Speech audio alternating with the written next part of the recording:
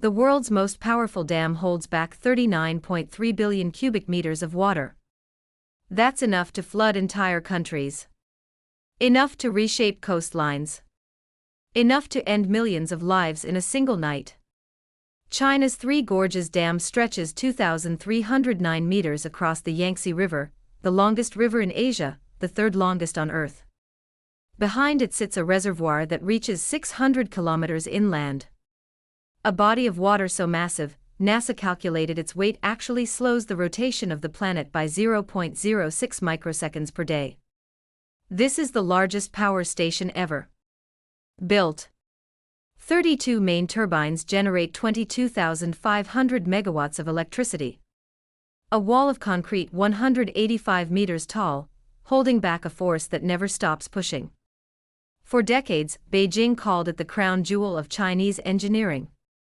Proof that the party could bend nature itself. But nature has a long memory. And the cracks, both literal and structural, are spreading. The sediment is building. The earthquakes are increasing.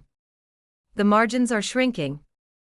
And the economic heartland it was built to protect now depends entirely on a single wall that was never designed to last forever. The world's most powerful dam isn't just infrastructure. It's a loaded weapon. And what was built to protect China may become the force that destroys it. To understand how China ended up here, holding a nation's future hostage behind a wall of concrete, you have to go back to the beginning. To a dream that was always as much about politics as it was about engineering. The dream started over a century ago. In 1919, Sun Yat-sen, the father of modern China, first proposed damming the Yangtze to tame its deadly floods and generate power for a nation still reeling from centuries of imperial collapse. It was visionary. It was also impossible at the time. Mao revived the idea in the 1950s after catastrophic floods killed over 30,000 people along the Yangtze in 1954. The floodwaters submerged Wuhan, a city of 8 million, for over 3 months. The Jingguang Railway, one of China's most critical transport arteries, was knocked out for more than 100 days. Soviet engineers were brought in.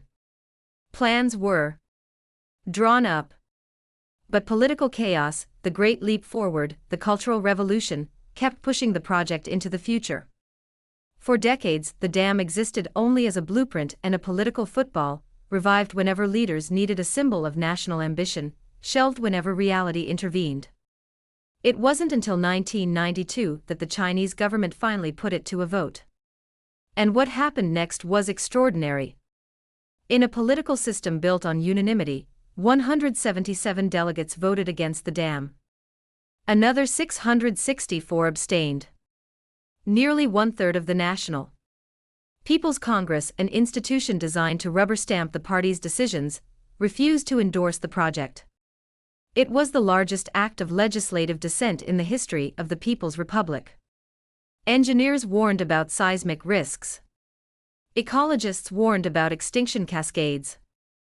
Hydrologists warned the design underestimated the Yangtze's fury. They were overruled. Premier Li Peng, a Soviet-trained engineer with deep personal investment in the project, pushed it through. The dam would be built.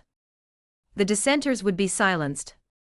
And within 2 years, the most ambitious construction project in Chinese history was underway.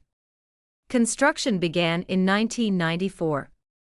Over the next 12 years, workers poured 28 million cubic meters of concrete into a gorge that had carved itself over millennia. They built the largest hydroelectric structure on Earth, bigger than Itaipu in Brazil, bigger than anything the world had ever attempted. The reservoir flooded over 630 square kilometers of land. 13 cities. 140 towns. Over 130 villages vanished beneath the waterline. More than 1.3 million people were uprooted from the only homes they'd ever known, forced to rebuild their lives on higher ground, often without adequate compensation.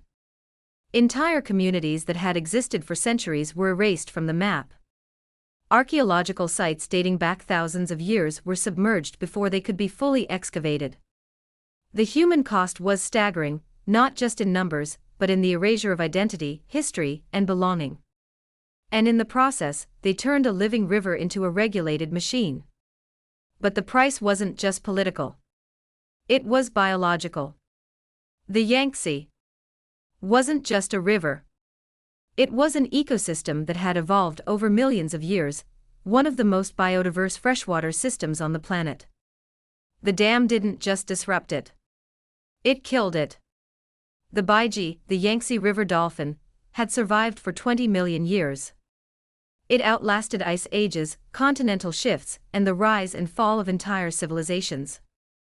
In 2006, an international team of scientists conducted a 6-week expedition across the full length of the Yangtze to find a single surviving individual. They see